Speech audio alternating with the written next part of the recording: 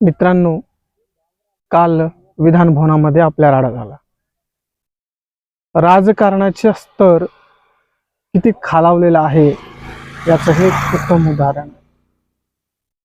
आणि यात महत्वाची बाब ही आहे की आपण जनता म्हणून ज्यांना आपण आपला लोकप्रतिनिधी म्हणून निवडून दिलंय ना, ते लोकप्रतिनिधी सुद्धा त्या विधान भवनाच्या पायऱ्यावर उभं राहून हे सगळा राडा बघत होते.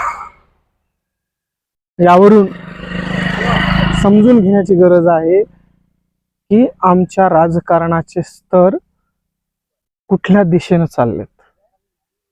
की पोथीतल्या कथांचा उपयोग काय सांगा, पोथीतल्या कथांचा उपयोग काय सांगा, आमच्या नव्या मतांचा उपयोग काय सांगा. अन असे लोकप्रतिनिधी